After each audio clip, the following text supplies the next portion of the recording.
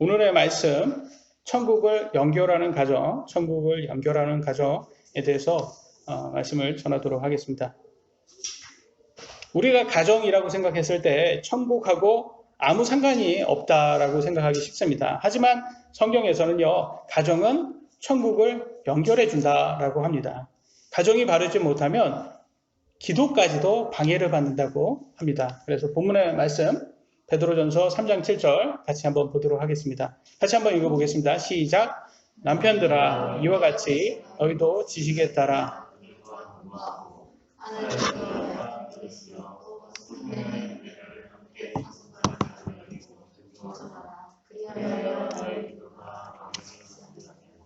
아멘.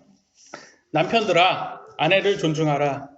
그리하여야 너희 기도가 방해를 받지 아니하리라 라고 나와 있어요. 남편들아 아내를 존중하라. 그리하여야 너희 기도가 방해를 받지 아니하리라. 그러니까 가정에서 우리 가정이 어떤 가정이냐가 우리 기도에도 영향을 끼친다고 말합니다. 예수님 믿고 거듭난 사람들은요, 기도로 하나님과 대화를 할 수가 있습니다. 오늘날 마음의 병이 있는 사람들이 얼마나 많습니까? 특히 연예인들 보면 다 공황장애 있고, 다 우울증 있고, 다 불면증으로 잠을 못 자고, 정말 많이 그런 것들을 이제 요즘 미디어를 통해서 많이 보여주는 것 같아요. 저는 그게 굉장히 좋은 방향이라고 생각을 해요. 왜냐면, 우리나라 사람들, 제가 성인들 중에서 제가 알기로는 굉장히 많은 부분 성인들이 불면증으로 많이 잠을 못 주무신다고 그렇게 하더라고요. 그리고 저도 10년 동안 불면증으로 힘들게 온 사람으로서 그게 얼마나 고통인지 잘 알고 있습니다. 지금은 너무나 감사하게도 하나님께서 잠을 아주 잘 주셔서 아주 감사하게 잘 지내고 있습니다. 그래서 잠 못 잤을 때 그게 얼마나 피곤하고 사람을 피말리게 하는지 그 고통을 잘 알기 때문에 그 병이 마음의 병 있는 사람들, 그 우울증이라는 것은 마음의 감기라고 그렇게 표현을 하더라고요. 그만큼 힘들 텐데, 그래서 정신과 전문가들과 상담을 많이 하잖아요. 근데 그런 걸 대부분 하시는 분들 보면 가서 뭐 하시나요? 뭐 약도 처방 받을 수 있지만 보통 상담을 많이 하시잖아요. 상담을 한다는 것은 대체적으로 이렇게 들어주시더라고요. 의사분들이 이렇게 계속 그분들의 문제점을 계속 들어주시고, 그 말은 우리가 말할 사람이 너무 없는 거예요. 내 얘기를 들어줄 사람이 없는 거예요. 반대로 말하면 내 얘기를 들어준다는 것만으로도 우리가 치료를 받을 수가 있고, 그걸로 인해서 우리가 좀 위로를 받을 수가 있는 겁니다. 그래서 하나님께서 그렇게 만드신 것 같아요. 인간을 우리가 누군가가 내 얘기를 들어줄 때 네가 위로를 받는다라는 걸 하나님께서 그렇게 만들어 주신 것 같습니다. 그래서 하나님도 마찬가지입니다. 우리가 기도로서 하나님께 말씀을 많이 하고, 하나님 저 이거 힘듭니다. 하나님 저 이거 필요합니다. 또 하나님 이거 감사합니다. 하나님 때문에 너무 잘 된 것 같아요. 너무 좋아요. 이렇게 자주 대화를 통해서 나의 짐이 되는 이야기를 하나님께 하면 하나님께서 위로를, 안식을 주신다고 합니다. 치유를 주시고. 그래서 말씀으로도 이게 나와 있습니다. 이렇게 나와 있어요. 마태복음 11장 28절 같이 읽어보겠습니다. 시작.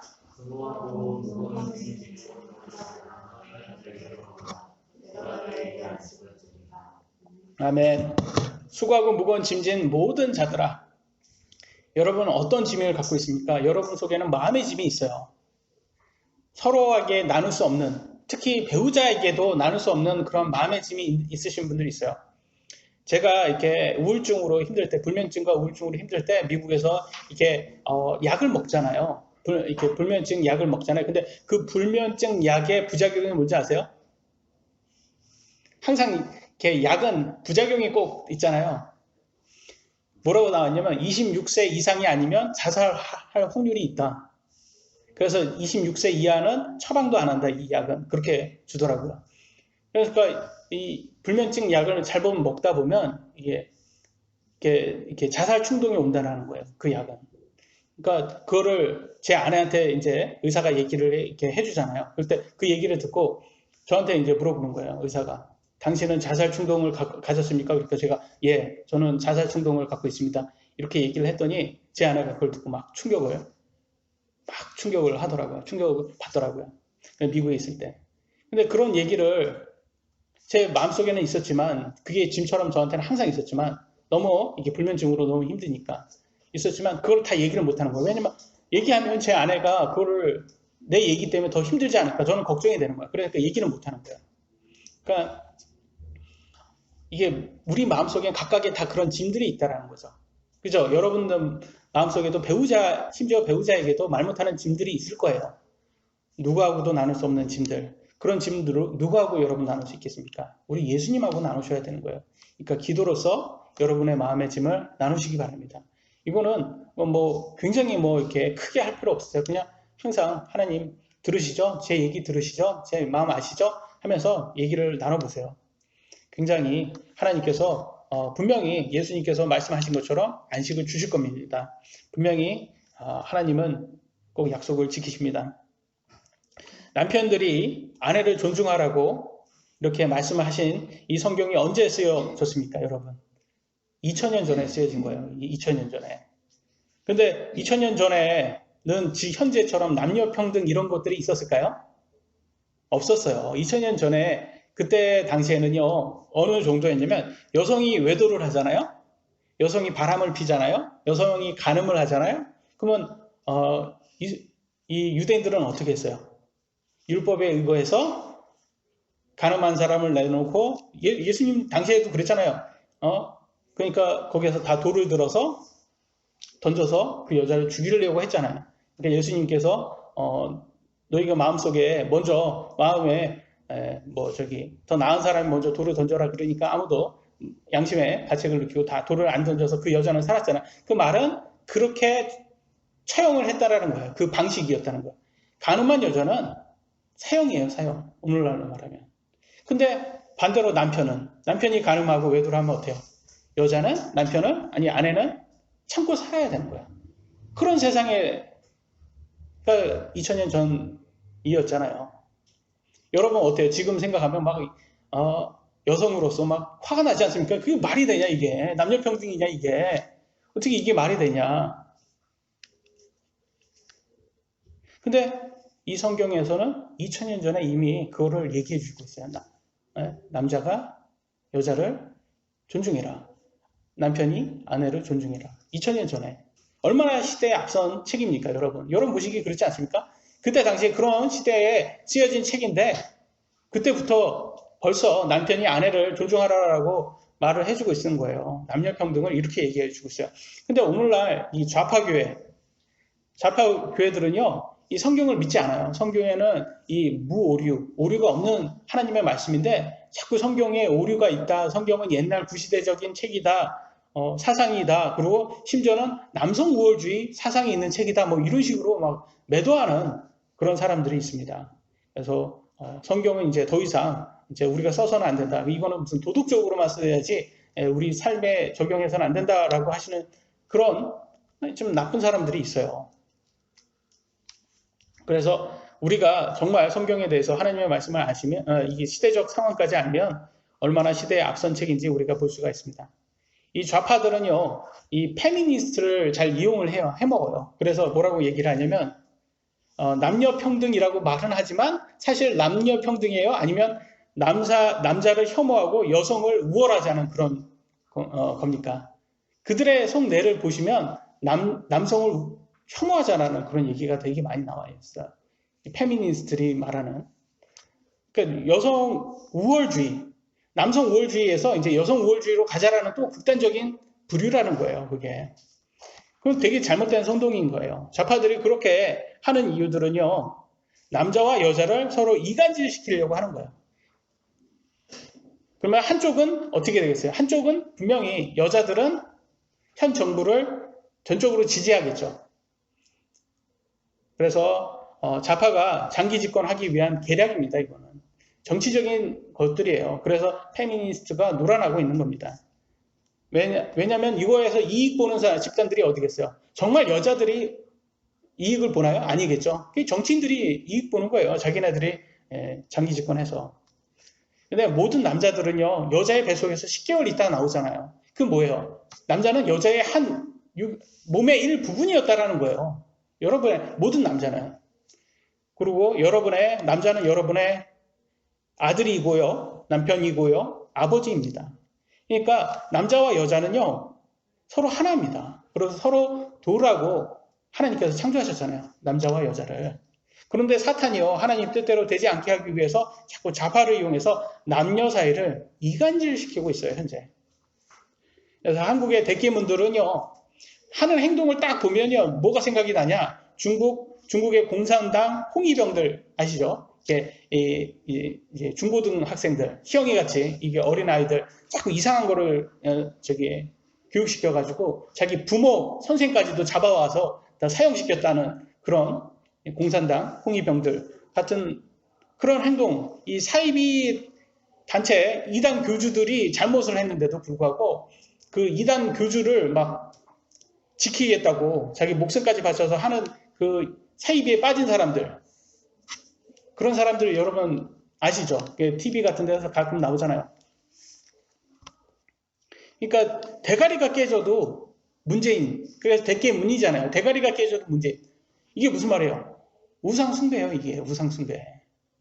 대가리가 깨져도 문재인이 이게 말이 되냐? 뭐 이게 굉장히 무서운 얘기인데 이거를 지금 하고 있어요. 우상숭배. 빨리 대한민국은 우상숭배에서 빠져나와야 돼요. 그래야지 희망이 있습니다. 오늘 우리가 함께 볼 첫 번째 내용은요, 배우자의 의무입니다. 남편과 아내는 결혼으로 얻은 특권만 추구하는 것이 아니라 결혼으로 인해서 생기는 책임도 같이 책임져야 된다고 합니다. 베드로전서 3장 1절 같이 보겠습니다. 이번에는 아내들에게 주는 말씀입니다. 시작.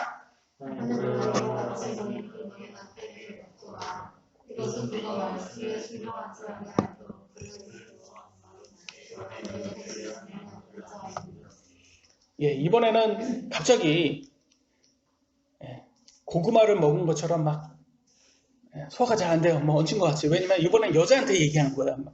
아까까지는 기분이 좋았는데 이번에는 이제 여자들이 힘드는 구절이 나와요. 아내들아, 이와 같이 너희도 너희 남편에게 복종하라.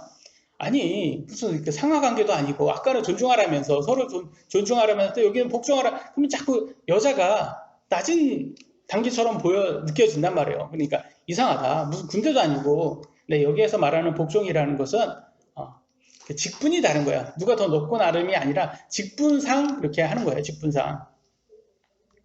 그래서 아내의 행실을 통해서 남편까지, 심지어 믿지 않는 남편까지도 하나님께로 돌아오게 할 수 있다라고 말합니다. 뭘로? 여러분 자매님들의 행실에 따라서. 아내들은요, 가정의 머리인 남편을 인정해 주셔야 됩니다. 가장이잖아요, 가장. 근데 가장으로서 좀 뭔가 부족한 부분이 있다 하더라도 인정해 줘야 되는데 인정을 못 하죠. 그럼 뭐 너는 뭐냐 이렇게 해서 자꾸 싸우게 되죠. 그러면 안 되는 거죠. 근데 사공이 많으면 배가 어디로 가죠? 산으로 가죠. 배는 산으로 가면 안 되잖아요. 근데 그 말은 뭐예요? 서로 자기 잘났다고 싸우면 문제가 생긴다는 거잖아요. 가정도 마찬가지인 거예요. 우리 가정도 서로 이게 직분이 다른데, 근데 누군가는 인도를 해야 되잖아요. 근데 그 직분을 누가 주셨어요? 하나님께서 남편에게 주신 거예요. 그런 남편이 잘나서 준 게 아니라 하나님께서 그렇게 주신 거예요. 그러니까 그거를 여러분 인정하셔야 돼요. 하나님께서 주셨다. 내 남편보다 솔직히 더 잘났는데 그래도 하나님께서 주셨으니까 내가 복종하겠다. 이런 마음을 가지셔야 돼요. 저는 제 아내를 보잖아요. 저보다 능력도 많고요. 저보다 잘난 게 너무 많아요. 그래서 저는 제 아내를 존중하고 존경해요. 근데 그럼에도 불구하고 하나님께서 주신 이 직분에 대해서 제가 말할 때 제 아내가 이렇게 순종하고 복종하는 것을 봤을 때 오히려 더 감사를 하게 되더라고요.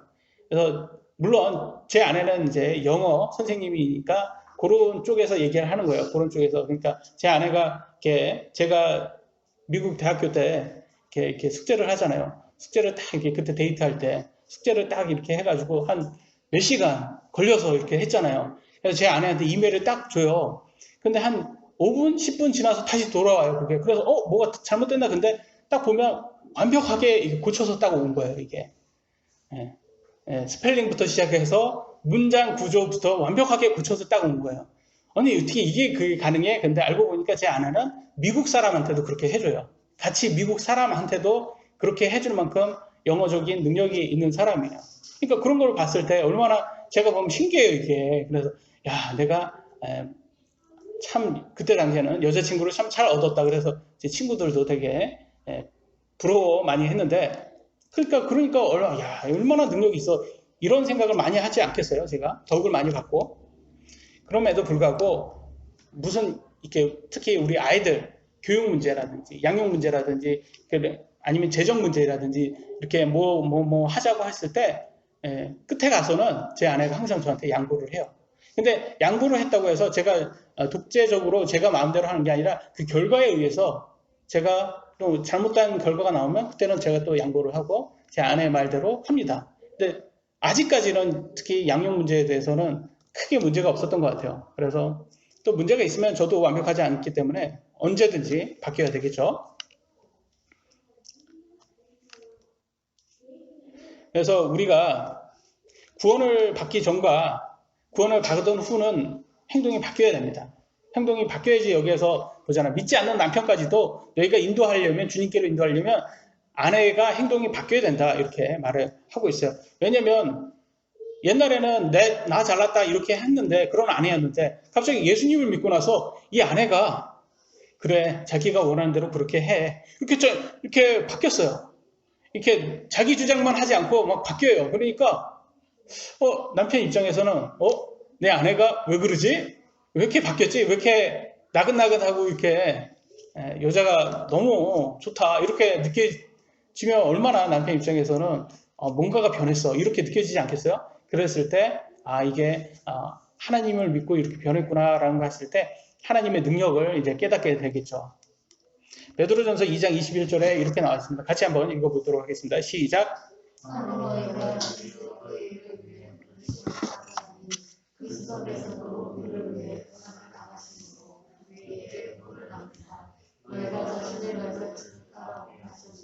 아멘. 그리스도께서 우리를 위해 고난을 당하심으로 우리에게 본을 남기사 너희가 자신의 발자취에 따라 오게 하셨느니라. 어떤 고난을 당하셨어요? 우리 예수님께서 십자가 고난을 당하셨잖아요. 십자가 고난 누가 가라고 했습니까? 하나님이 하라고 했어요.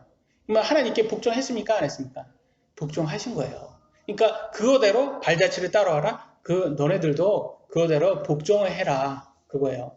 내가 하나님께 복종하듯이 너도 하나님께 복종해서 네 남편에게 복종해라, 이거예요. 사실 남편에게 복종이라는 말은 사실 남편에게 복종하는 게 아니라 하나님께 복종하는 겁니다. 그래서 남편에게 복종한다는 그런 것도, 만약에 이런 예를 들어 남편이 당신 교회 가는 거 정말 마음에 안 들어, 교회 가지 마, 그러면 그 복종해야 돼요, 말아야 돼요? 그럼 여러분 하나님께 복종해야 되는 거예요. 그거는 그렇잖아요. 하나님께서는 교회에 오는 거를 피하지 말라고 했잖아요. 그러니까 그건 하나님께 복종하는 거예요. 그러니까 여기에서도 그걸 아셔야 되는 거예요. 남편에게 복종한다는 것은 남편에게 복종하는 게 아니라 하나님께 복종하는 것이 되셔야 된다는 거예요. 말씀의 복종과 순종이 우리의 육신의 힘으로는 참으로 불가능해요. 이게 여러분, 그게 이게 말이 복종이지 그게 마음처럼 그게 쉽게 됩니까? 아니죠. 그러니까 여러분, 성령님께 계속 기도하셔야 돼요. 도와달라고 기도해야 됩니다. 우리 모두가 그렇게 하셔야 됩니다. 성경은 우리가 구원받기 위해서 예수님께서 어떤 일을 당하셨는지 먼저 우리가 공부를 해야 됩니다. 우리 예수님은 어떤 고난을 당하셨는지 성경에 이렇게 잘 나와 있습니다. 제가 읽어드리겠습니다. 베드로전서 2장 22절로 25절. 그분께서는 죄를 짓지 아니하시고 입에 교활함도 없으시며 욕을 당하시되 맞대어 욕하지 아니하시고 고난을 당하시되 위협하지 아니하시며 오직 의롭게 심판하시는 분에게 자신을 맡기시고 친히 나무에 달려 자신의 몸으로 우리의 죄들을 지셨으니 이것은 죄들에 대하여 죽은 우리가 살아서 의에 이르게 하려 하심이라. 그분께서 채찍에 맞음으로 너희가 고침을 받았나니 너희가 전에 길 잃은 양 같았으나 지금은 너희 혼의 목자요 감독이신 분에게로 돌아왔느니라. 보면 우리 예수님께서 참 하나도 죄를 짓지 않았는데도 이 십자가를 당하실 때 이렇게 모든 고난을 당한 걸 보여줄 수 있어요. 여러분, 믿지 않는 남편에게 여러분 살면서 굉장히 힘들다는 거는 저는 예측이 돼요. 굉장히 힘들 거예요. 힘든데, 근데 그렇게 남편이 이렇게 막 힘들게 할 때 여러분이 예수님을 생각하시고 예수님처럼 내가 맞대어서 그걸 다 이렇게 얘기하지 않겠다. 맞대어서 욕하지 않겠다. 이런 마음을 가지고 한번 순종 한번 하려는 그런 마음을 한번 가져보세요. 그러면 싸움이 하나 날 거, 뭐 2개 날 거 하나로 줄고 하나 날 거 아예 안 날 수도 있습니다.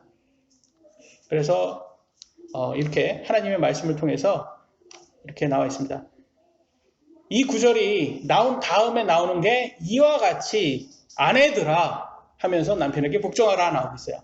이 말은 예수님께서 십자가에 고난받고 이런 식으로 한 것처럼 아내들 다 너네들도 남편에게 복종하라. 이 말은 곧 믿지 않는 남편에게는 너네들이 이런 수모를 당할 수도 있어 라는 게 밑바탕에 깔려 있을 거예요.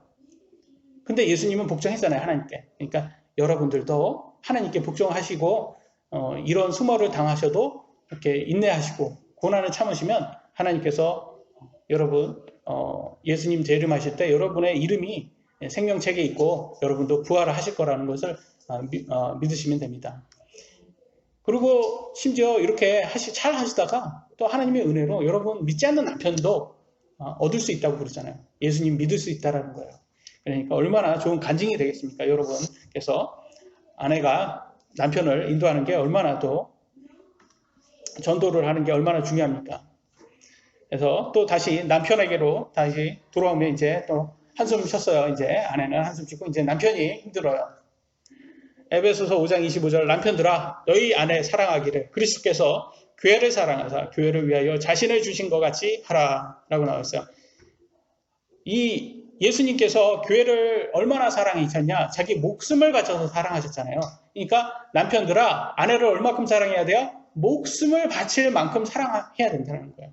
이거 얼마나 사랑해야 되는 거예요. 그러니까 대단하게 사랑을 많이 해야 되는 거예요. 그 말은 남편은 기꺼이 아내를 위해서 희생할 수 있는 그런 마음을 갖고 있어야 돼요. 그래서 제가 희영이한테 얘기하는 건 앞으로 남자를 만날 때 이런 남자를 만나요. 나를 위해서 희생할 수 있는 그런 남자를 그런 게 만나야지 내가 그 남편을 위해서 희생하려는 그런 남자를 만나서는 안 된다. 근데 얼굴이 어두운 거 보니까 마음이 있는 남자가 따로 있는 게 아닌가. 한번 농담을 해봤어요. 행복한 결혼 생활을 하기 위해서는요. 남편은 아내를 위해 기꺼이 자신을 희생하려는 마음이 있어야 됩니다. 서로가 단점만 불만만 말한다면 그리고 또 나에게 맞추라고만 그렇게 강요한다면 절대 행복한 결혼 생활이 될 수가 없어요. 주 예수 그리스도의 삶은요. 남편과 아내가 배워야 하는 좋은 본이 되시고 계십니다. 그분은 자신을 위해 교회에게 희생을 강요하지 않으시고 본인이 교회를 위해서 희생하셨다는 거예요. 그러니까 남편도 아내를 위해서 희생을 강요하지 마시고 내가 희생해서 내 아내를 위해서 필요를 채워주셔야 되는 것입니다. 여러분 이 교회는 무엇과 바꾼 거예요? 그러니까 예수님의 목숨과 바꾼 거잖아요. 이 교회. 예수님이 교회를 지키기 위해서 이 정도 희생을 했다는 것은 이 교회라는 교회라는 이 기구가 굉장히 중요하다는 거야, 교회. 근데 오늘 코로나로 인해서 요즘 어떻게 되겠어요? 교회에 오는 사람보다 오는 것을 오히려 더 세상 사람들 보기에는 교회 오는 것을 굉장히 싫어한단 말이에요. 그러니까 나도 모르게 교회 오는 것이 더 불안하고 교회 오는 것들을 굉장히 이렇게 등한시하게 소홀하게 될 수도 있어요. 그러니까 이거 조심해야 되는 거예요. 왜냐하면 세상은 자꾸 그렇게 만들려고 할 거예요. 여러분들을 유혹할 거예요. 교회 오는 거 별로 안 좋아. 근데 여러분 교회에 와서 더 코로나 걸리겠습니까? 그런 거 없어요. 그냥 어딜 가서도 똑같이 걸릴 확률이 있는 거예요. 그러니까 교회 때문에 걸린 것은 자꾸 미디어가 그 교회 그 부분만 자꾸 중심적으로 검사를 해서 그런 거예요. 어디 부분이라든지 검사를 많이 하면 더 많이 나오게 돼 있어요. 그러니까 그게 부분적으로 선택적으로 그들이 자꾸 그렇게 교회를 부정적으로 표현하려고 그렇게 한 거지 우리가 똑바로 방역하면 똑같습니다. 여러분 직장이라든지 교회라든지 식당이라든지 똑같아요. 여러분 코로나 걸릴 수 있는 확률은. 그러니까 우리는 교회에 신실하게 오시는 것을 다른 사람이 오시는 것을 하나님 말씀대로 해야 되는 겁니다. 여러분 왜 세상은 교회를 없애려고 할까요? 이 교회가 뭐 대단한 거라고. 교회라는 것은 이 건물이 아니라 우리 믿는 성도들이잖아요. 이 성도들이 왜 자꾸 모이는 걸 방해를 할까요? 그것은 교회가 없어지면, 이 교회라는 기구가 없어지면 더 이상 하나님의 말씀을 온전하게 전할 수 있는 기구가 없기 때문에 그렇습니다. 한번 생각을 한번 해보세요. 여러분 집에서 있으면서 이 교회라는 좀 약간 교회라는 것이 딱 있지 않으면, 내가 교회 성도가 아니고 회원이 아니라면 뭐 여러분이 찾아서 유튜브에서 내가 설교를 딱 이렇게 듣고 그렇게 열심히 하겠어요? 신실하게? 그럼 이 몸이 점점점 그렇게 안 된단 말이에요. 더 소홀하게 된단 말이에요. 그래서 교회가 없어지면 더 이상 하나님의 말씀을 잘 전할 수, 온전히 전할 수 있는 기구는 없어집니다. 학교에서 성경을 가르치겠습니까? 어디에서 성경을 가르치겠습니까? TV에서 성경을 가르쳐 주겠어요? 아닙니다. 이 세상은 전체적으로 다 성경 반대를 지금 가르치고 있어요. 그래서 하나님의 말씀을 가르칠 수 있는 거를 없애려고 지금 열심히 이렇게 하는 겁니다. 전도서 9장 9절 한번 읽어보겠습니다. 같이 시작.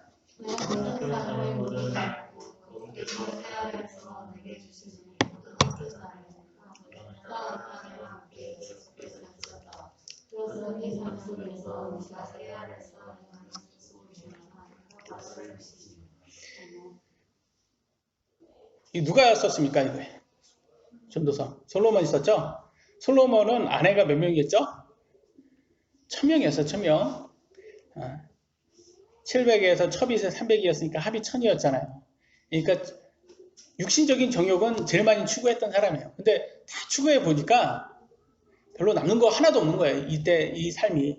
육신적인 이 정욕은 오래가지 않구나. 그때 할 때만 좋지 지금 시간 지나면 이게 다 오래가지 않는구나. 이걸 깨닫는 거예요. 그래서 헛되다라는 것을 우리에게 자꾸 가르쳐주고 있습니다. 헛되다. 야, 그런 정욕적으로 사는 거 내가 살아보니까 참 헛되더라. 그거 오래가지 않더라. 이거 얘기해 주는 거고. 그러니까 살아보니까 이 땅의 삶이 그냥 고난이야. 힘들어. 이 땅의 삶 참 힘든데 그 중에 하나 그래도 그 힘듦 속에서도 이 힘듦을 내가 이길 수 있는 것은 나한테 좀 뭐랄까 동기가 되는, 참을 수 있도록 동기가 되는 게 있는 게 뭐냐면 사랑하는 아내와 함께 즐겁게 사는 게, 그게 나한테 삶에 참 동기가 되더라. 이 얘기를 하고자 하는 거예요. 여러분 어때요? 이 세상 사는 거 쉽습니까? 힘들어요. 여긴 전쟁터예요, 여러분. 사탄의 악한 영과 전쟁터예요. 그러니까 마음에 짐도 있고 병도 있고 사실 힘듭니다. 누가 이 세상 살면서 모든 게 다 좋다고 하는 사람은 없어요. 다 힘들어요. 근데 그 중에서 그래도 이 힘든 삶을 꾹 참고 견딜 수 있는 것은 사랑하는 아내와 즐겁게 사는 거라는 거예요. 여러분 직장생활 쉽습니까? 직장생활 하시는 분들 어떻게 쉬워요? 남의 돈 받는 거 어렵죠? 남의 돈 받는 거 참 어쩔 때는 참 더럽고, 어쩔 때는 참 이거 꼭 해야 되나? 그래서 뭐 회사 생활 하시는 분들은 뭐 마음속에 하는 사직서를 품고 다닌다고 하더라고요. 그러니까 남의 돈 먹는 게 힘들어요. 근데 뭘로 여러분 버텨요? 매달 월급이 들어오면 그걸로 그래도 내가 이거 아니면 내가 어떻게 우리 가족들 어떻게 내가 먹고 살리냐. 그래 이거라도 있어야지. 동기가 되잖아요. 내가 이거 참을 수 있는 동기가 된단 말이에요. 그거라는 거예요. 지금 똑같잖아 그 말하고. 동기가 된다. 너네 이게 목이다. 너가. 그게 뭐야? 이 땅 사는 거 힘든데 사랑하는 아내하고 즐겁게 사는 게 그게 너의 목이야 목. 그게 너의 월급이야. 이렇게 보시면 되는 거죠. 베드로전서 3장 7절. 이번에는 이렇게 말합니다. 남편들아 지식에 따라 아내를 존중해라. 지식에 따라 이렇게 말하고 있어요. 지식에 따라. 그 뭐예요? 아내를 지식적으로도 알아야 되는 거예요. 여러분 남편들은 아내가 무엇을 좋아하는지, 무엇에 약한지 지식적으로 알아서 좋아하는 것은 해주고 약한 부분은 도와주셔야 되는 겁니다. 어떤 사람들은요, 이렇게 상대방을 많이 무시하는 분들이 있어요. 왜 무시를 할까요? 내가 높이려고, 내 자신을 높이려고 상대방을 자꾸 무시해서 말하는 경우가 있어요. 제일 사랑해야 되는 아내를 무시하는 남편이 있어요. 꼭 말할 때도 아내한테도 너는 모르잖아 그러면서 막 이렇게 무시하는 그런 남편이 있어요. 아내를 무시하는. 굉장히 어리석은 남편이죠. 그런 남편. 그러니까 여기에서 보면 무례해서는 안 되는. 사랑은 친절해야 돼요. 여러분. 사랑은 친절해요. 무례하지 않고 친절한 게 사랑입니다. 그러니까 남편들이 막 옛날 좀 약간 그런 남편 있잖아요. 막 아내한테 막 대하는. 너는 하나도 모르면서 뭐 이렇게 그렇게 남편이 그래서는 안 되는 거예요. 그건 굉장히 성경적으로 잘못된 겁니다. 아내는 더 약한 그릇이에요. 깨지기 쉽다고 그러잖아요. 그 마음은 뭐예요? 마음의 상처를 쉽게 받을 수가 있다는 거예요, 아내는. 그러니까 조심해야 돼. 깨지지 않게. 여러분, 비싼 그릇 다룰 때 어떻게 다뤄요? 막 이렇게 던지고 막 그래요? 아니잖아요. 깨지지 않게 조심조심하게 안 깨지게 잘해야 돼요. 그래서 제 아내가 이렇게 좋아하는 그릇 보면 제 아이들한테 그래요. 그거 잘 들지도 말아라. 내가 치우겠다. 그러더라고요. 그러니까 그 그릇이 너무 비싸고 자기가 좋아하니까 그릇이니까. 그러니까 조심조심하게 다루더라고요. 그러니까 남편은 아내를 그렇게 다뤄줘야 된다. 상처받지 않도록. 그러면 함부로 말해서는 안 된다는 거예요. 야고보서 3장 8절로 10절에는 이렇게 나와 있습니다. 혀는 아무도 능히 길들이지 못하나니 그것은 다스릴 수 없는 악이요 죽이는 도구로 가득한 것이니라. 그것으로 우리가 하나님의 곧 아버지를 찬송하며 또 그것으로 우리가 하나님의 모양대로 만들어진 사람들을 저주하느니라. 같은 입에서 찬송과 저주가 나오거니와 내 형제들아 이런 것들이 결코 그래서는 아니 되느니라. 이렇게 말하고 있어요. 그 뭐예요? 말로 사람을 죽일 수 있다는 거예요, 여러분. 오늘날 그러죠. 이 악성 댓글 그 악플이라고 하죠. 악플로 연예인들이 막 다 자살하고 그러잖아요. 이게 우리들은 그렇게 유명해 본 적이 없어서 모르겠지만 정말 유명한 사람들은 그 한마디에 정말 초등학생들이 아무 생각 없이 쓴 그 악플에 정말 상처를 받는다는 거야. 그 말은 사람을 말로 저주해서 죽일 수도 있는 거예요. 그래서 혀는 정말 악해요. 어떻게 악한다? 저주할 때. 그러면 여러분은 이 입으로 뭘 합니까? 하나님을 찬양할 때 쓰는 거잖아요. 그러니까 하나님 찬양할 때만 써라. 저주는 하지 말아라 이거예요. 결코 그럴 수 없다는 것은 우리 크리스찬들은 더 이상 입으로서 남 저주하는데 쓰지 말라 이 말이에요. 그러니까 어떻게 말해요? 여러분 상대방을 말할 때도 이렇게 혀로서 여러분 말할 때도 이렇게 악담 많이 하지 마시고 저주하지 마시고 항상 칭찬해 주시고 잘한다 해 주셔야 돼요. 왜냐면 우리는 우계 민족이 아닙니까? 우계 민족. 그래서 한번 화가 나면 이 혀로 막 사람을 막 이제 막 스트레이트로 막 때리고 막 어퍼커트 날리고 막 그러잖아. 이 혀로. 맞는 사람은 특히 우리가 누가 많이 해요? 우리 아이들한테 너무 함부로 말할 때가 많아. 부모가 이렇게 화가 나면 함부로 말할 때가 있어요. 그러니까 말 조심해야 돼. 왜냐면 우리는 이렇게 막 화가 나서 이렇게 한 소리인데 사실 애들은 자기가 잘못한 거 아는데 그 말 때문에 자기도 화가 나는 거예요. 그래서 친절하게 얘기를 해줘야 돼요. 이제 희영이는 힘을 얻은 거야 지금. 엄마한테 내가 한 소리 할 수 있다. 자꾸 엄마를 쳐다보는 게 엄마 봐봐. 엄마 나한테 친절하게 얘기해야 돼. 말 그대로. 그러면 희영이도 친절하게 답을 해야 되는 게 맞죠? 그러니까 엄마는 희영이한테 친절하게 해야 되고 희영이도 엄마한테 친절하게 답을 해야 되는 게 서로에게 하는 거예요. 그게 사랑입니다. 우리가 화가 나면 이성을 쉽게 입잖아요. 그러면 말을 함부로 하게 돼요. 우리도 모르게. 그러니까 화가 딱 났다 싶으면 내가 화가 났다. 그럼 딱 알잖아요. 그때 내가 선택을 하는 거야.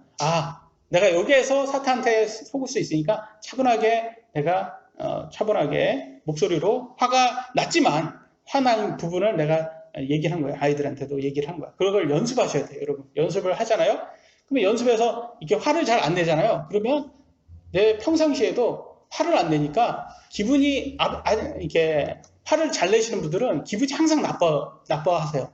근데 그걸 이제 우리가 연습을 해가지고 화를 안 내게 하면 이 작은 것에 화를 잘 안 내게 되더라고요. 저도 이거를 경험을 자꾸 요즘 하고 있습니다. 그래서 여러분 이렇게 말투부터 화를 내지 않도록 연습을 한번 해보세요. 우리가 같이 우리는 우기 민족이니까 같이 해야 됩니다. 교회가 예수님이 필요한 것처럼 아내는 남편이 필요합니다. 예수님이 교회의 필요를 채워주신 것처럼 남편은 아내의 필요를 채워줘야 합니다. 예수님이 교회를 사랑한 것처럼 남편이 아내를 사랑해줘야 되고 그래야지 천국이 가정과 연결될 수 있다고 말합니다. 남편은 아내를 세상에서 가장 사랑해야 되는 사람이죠. 근데 어리석은 남편은 그런 아내를 세상에서 가장 모질게 대하고 있어요. 세상에서 그런 남편을 뭐라고 해요? 남의 편이라고 말하죠. 남의 편. 여러분 남의 편 되지 마시고 하나님 편 되셔야 됩니다. 그래서 하나님께 아내에게 함부로 대하지 마시고 아내에게 함부로 대한 남편은 자기 자신에게 함부로 대하는 거예요. 왜냐면 아내하고 남편은 하나잖아요. 그러니까 남편에게 아내를 존중하는 그런 지혜로운 남편이 되셔야 됩니다. 잠언 또 18장 21절로 22절 같이 한번 읽어보겠습니다. 시작.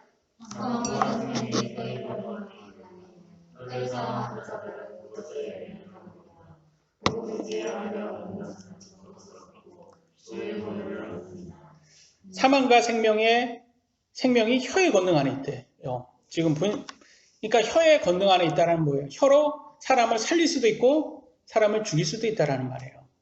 그러니까 그것의 열매로 먹는다는 말은 여러분이 어떤 말을 했냐가 여러분에게 돌아오는 거예요. 여러분이 아주 누구를 저주를 하잖아요. 그러면 그게 저주로 여러분 독이 돼서 여러분한테 돌아오는 거고 여러분이 사람을 살리는 그런 말을 하잖아요. 그러면 그게 여러분한테 좋은 열매가 돼서 다시 여러분한테 돌아온다는 거예요. 그러니까 참 이걸 하나님의 말씀을 잘 새겨들어야 되겠죠. 그리고 누구든지 아내를 얻는 자는 좋은 것을 얻고 주의 호의를 얻었다라고 말해요.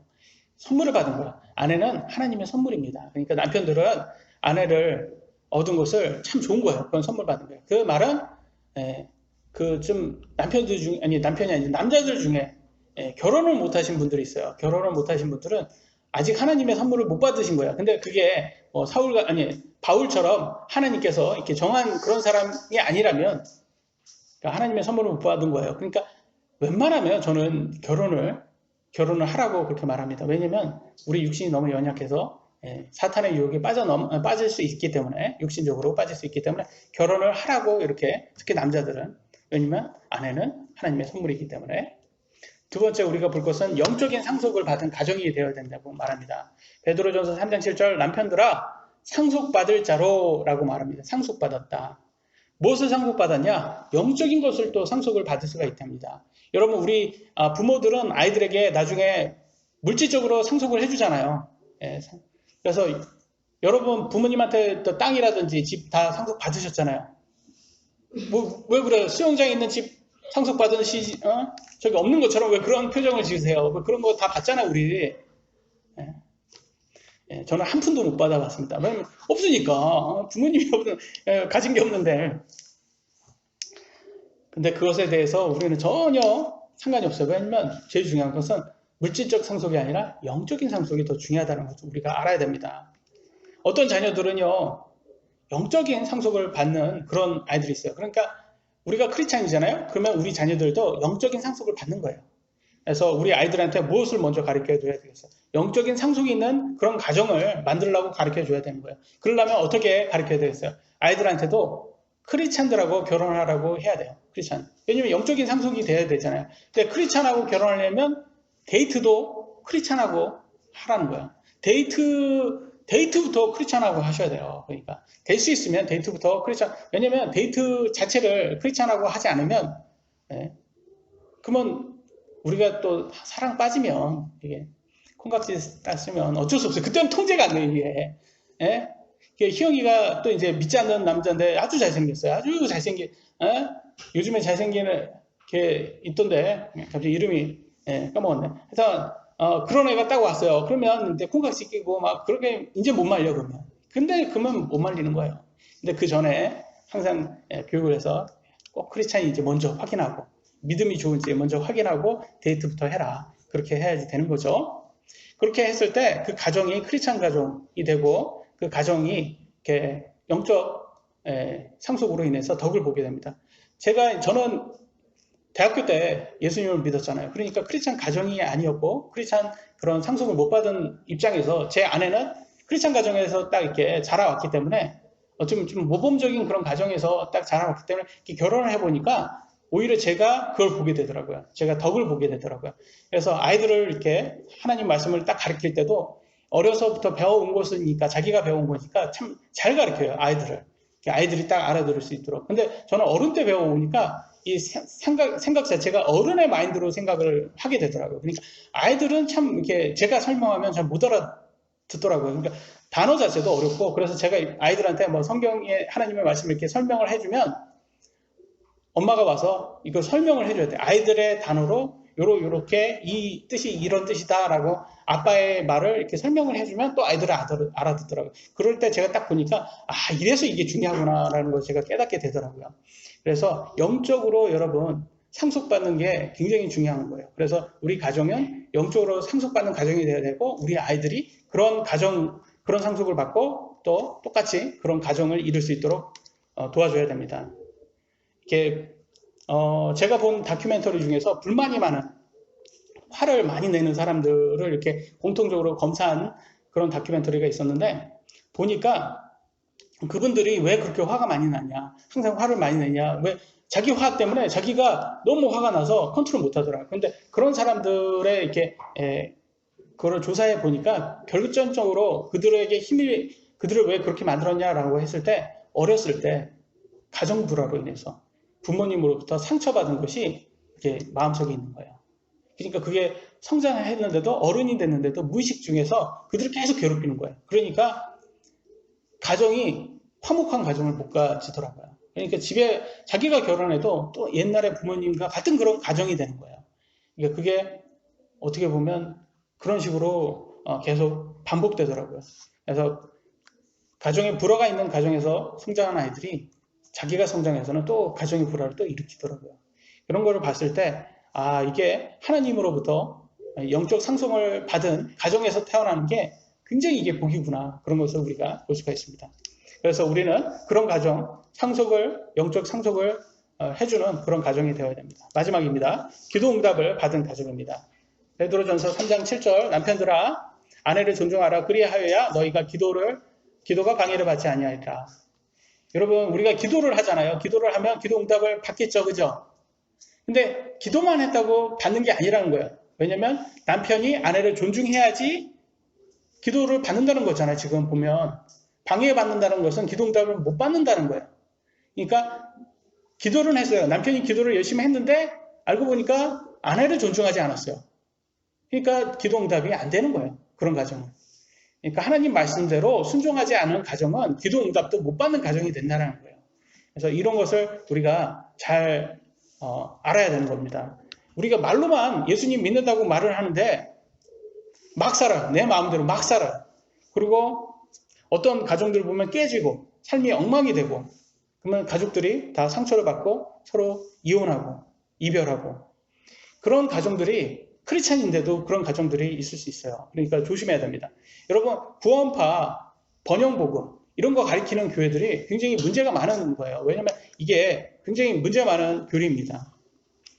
거기에는 뭐라고 해요? 구원만 받으면 예수님만 믿는다고 하면 막 살아도 된다는 식이에요. 그런데 아니라는 거예요. 여기 보세요. 구원받고 난 다음에도 남편이 하나님 말씀에 순종해서 아내를 존중해야지 너네 기도응답 받아 이렇게 말하잖아요. 그러니까 우리가 구원받은 후에도 계속 순종을 해야지 응답을 받을 수가 있는 거예요.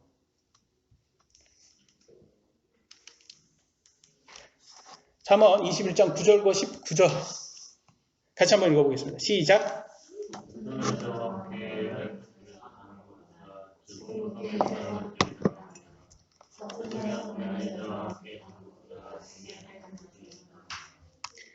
다투는 여자와 함께 넓은 집에 사는 것보다 다투는 여자와 성내는 여자와 함께 사는 것보다 광야에서 사는 게 그러니까 이 말이 뭐예요? 다투는 여자하고 사는 게 그 자체가 안 좋다는 거예요. 그게 여러분 60평, 70평, 100평 되는 집에서 참 잘하고 진짜 연예인들 보면 아주 그런 집 막 화려한 집 막 나오잖아. 그러면 인생 자랑 막 한다고 합니다. 그러면 딱 보면 저런 집에 살면 얼마나 좋을까 그러잖아요. 근데 다투는 여자하고 산다고 생각해 보세요. 남편하고 다투면서 여러분 산다고 한번 생각해 보세요. 그러니까 겉만 보면 안 된다는 거예요. 그게. 연예인들 보면 참 이렇게 이런 가정들이 많더라고요. 이렇게 불화가 많은 그런 가정들. 근데 집은 참 보기 좋아요. 근데 그 많은 사람은 그거 보고 부러워한단 말이에요. 근데 아니라는 거예요. 실제적으로. TV 보면 전형적인 한국 남자들 어때요? 술 먹고 늦게 들어와요. 그러면 아내는 어때요? 계속 잔소리를 한단 말이에요. 싸움이 끊이지가 않아요. 악순환만 계속됩니다. 근데 그들은 자신들이 왜 문제가 있는지 전혀 몰라요. 남편은 술을 끊어야 되는 거고 아내는 잔소리를 끊어야 되는 거예요. 친절하게. 근데 누가 가르쳐 주질 않는 거예요. 하나님이 정말 필요한 거예요, 이 사람들한테. 이 땅에 살면 절대 천국이 아니에요. 여러분, 천국이라고 자꾸 이 땅에서 천국이라고 하는 것들 이렇게 말하잖아요. 누가 그렇게 말을 하냐? 이렇게 좌파들이 이렇게 말하는 거예요. 왜? 자꾸 시스템만 바꾸면 이 땅을 낙원으로 만들 수 있다고 이렇게 말하는 이 사상 자체가 아주 문제예요. 왜냐면 예수님 없이도 이 땅에서 이 땅에서 천년 왕국이 만들어진다고 하는 거예요. 다음 주에 할 건데 미리 땡겨서 한번 해보겠습니다. 후천년설, 전천년설이라는 게 있어요. 예수님이 이제 천년 왕국을 만든다고 하시잖아요. 근데 언제 만드냐? 천년. 이들은 예수님 재림하기 전에 천년의 왕국이 이 땅에 이루어진다고 말하는 사람들이 있어요. 좌파하고 카톨릭, 천주교. 얘네들은 뭐래요? 예수님 재림하기 전에 천년의 왕국이 이 땅에 만들어진다는 거예요. 무엇을 얘기하고자 하는 거예요? 인간들이 스스로 낙원을 만들 수 있다는 거예요. 말도 안 되죠. 예수님이 재림해야지 이 땅에 천년의 왕국이 생길 거 아닙니까? 그러니까 전천년설이 맞는 거예요. 그러니까 천년의 왕국 전에 예수님이 재림하신다. 이 말이 맞는 거예요. 후천년설은 천년의 왕국 이후에 예수님이 재림한다는 말이고, 근데 이거는 카톨릭이 믿는 거예요. 그러니까 우리는 이거에 속으면 안 되는 거예요.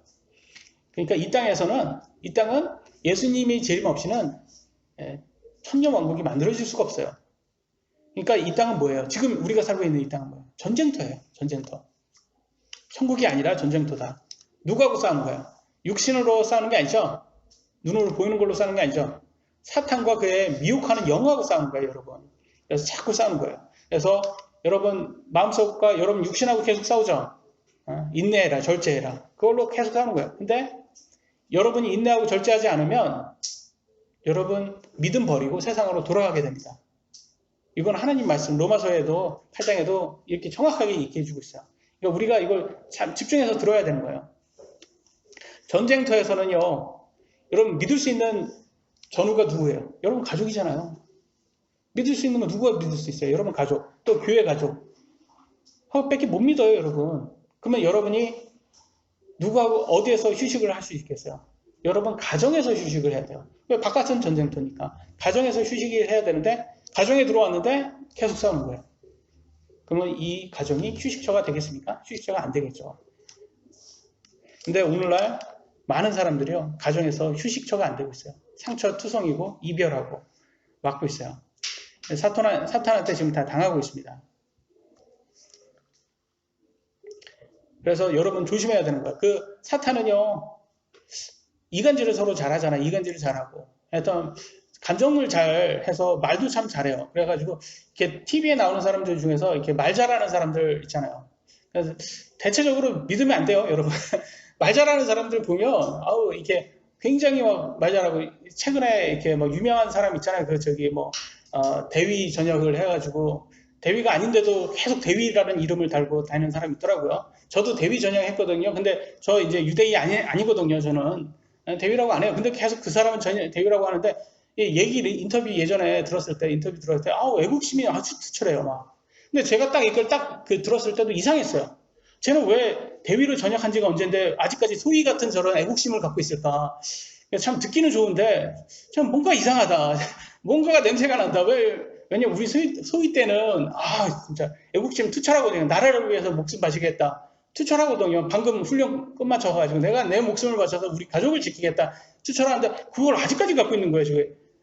군 생활을 한 지가 없는데 이제. 근데 저건 분명히 뭔가 있는데 이렇게 생각했는데 지금 막 터지더라고요. 나중에 보니까 성범죄 범으로 나오고 그런 것도 있고 폭력 전과도 있고 성범죄 전과도 있고 그런 거 딱 나와 보니까 이게 사람은 이렇게 말 잘하고 내가 막 대단한 사람이 딱 들으면 우리가 듣기에는 야 맞아 저런 사람이 돼야 돼 저런 사람이 돼야지 야 저런 사람이 돼야지라고 할 때 우리가 한 번 더 의심을 해봐야 된다. 역시 의인은 없구나. 하나님 말씀 맞구나. 야 사람은 다 똑같구나. 욕심 많고 다 똑같구나. 단지 우리가 할 수 있는 것은 성령님을 통해서 성령님의 도움으로 절제하고 인내하는 것이지 저렇게 이렇게 말 잘하듯이 저렇게 뭐 대단한 것처럼 할 수 있는 사람이 별로 없구나. 그래서 저 사람들도 다 저게 가론 유다처럼 뭔가를 얻기 위해서 저렇게 하는 거지. 다 있구나라는 것을 깨닫게 되더라고요. 그래서 여러분 너무 사람 믿지 마시고 하나님 믿으셔야 돼요. 하나님 말씀대로 사람은 다 죄인이고 거짓말쟁이입니다. 오직 하나님만 맞습니다. 하나님 말씀만 믿고. 그래서 천국에 연결될 가정 되기 위해서는 우리가 항상 배우자의 의무, 여러분 배우자에게 친절하게 대하시고 또 아이들에게 영적 상속을 주실 수 있어야 되고 여러분 가정 기도응답 받을 수 있도록 하나님 말씀에 순종하시기 바랍니다. 우리 물금춘례교회 가정 꼭 천국에 연결된 가정 될 수 있도록 예수님의 이름으로 기도합니다.